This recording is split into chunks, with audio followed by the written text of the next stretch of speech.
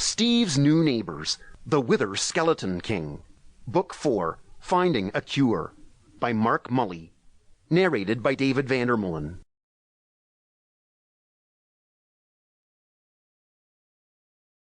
Disclaimer. This is a work of fiction. Names, characters, businesses, places, events, and incidents are either the products of the author's imagination or are used in fictitious manner. Any resemblance to actual persons, living or dead, or actual events is purely coincidental.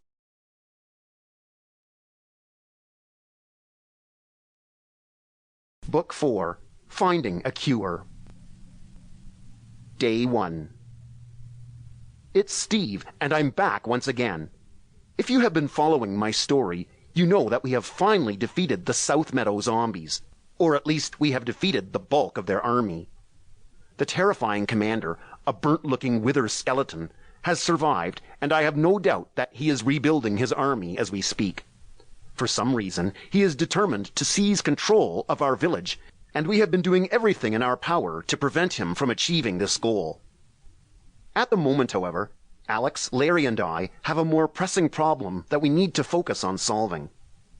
What we did not realize was that throughout the battle, several villagers, 4 to be exact, had become infected with the zombie virus. Their skin has turned a dingy green, and they seem to have lost all control of their behavior. They are a danger to themselves as well as to the other villagers. We have trapped them in the library, much to Larry's dismay, for the time being.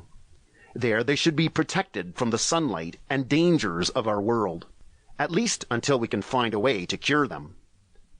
The longer it takes, the less that I can be certain of saving them, and the more time the commander of the South Meadow Zombies has to gather his forces. The remaining villagers gathered to join us in developing a plan for curing our infected friends. I had hoped that the cleric might have had a handful of potions that we could test on the zombified villagers, but his magical skills are limited to enchanting items, not brewing potions. This has led us to our first problem: brewing. No one in the village seems to have any ideas about how to begin that process, let alone which ingredients to utilize for a potion that might heal our villagers. Alex has only collected potions, never created them, and I can barely make mushroom stew without causing a catastrophe. That leaves us with one option. We must find a witch. Alex had distinctly remembered a witch hut in the jungle near her fortress home. We located the structure only to find that it has been abandoned for some time. There were even spider webs growing inside of it. "This is strange," Alex said. "I've never seen an empty hut like this. Someone has removed everything that the witch usually leaves behind." She reached out to other adventurers that she had met during her explorations, and all confirmed her suspicions. Every witch hut within 10 days' walk from our village was empty. This was beyond strange. Where could they have gone? Why have they gone away? Witches do not seem to be bothered by zombies or skeletons. They would have no reason to flee from the South Meadow Zombies. When we returned to the village with this news, the villagers were dismayed. Without a witch, there was no chance of saving their friends. "Where else might we find a witch near her hut?" I asked Alex. She shrugged and told me that sometimes she encounters the creatures in the caves beneath the surface, but that it was rare and could take us ages to locate one.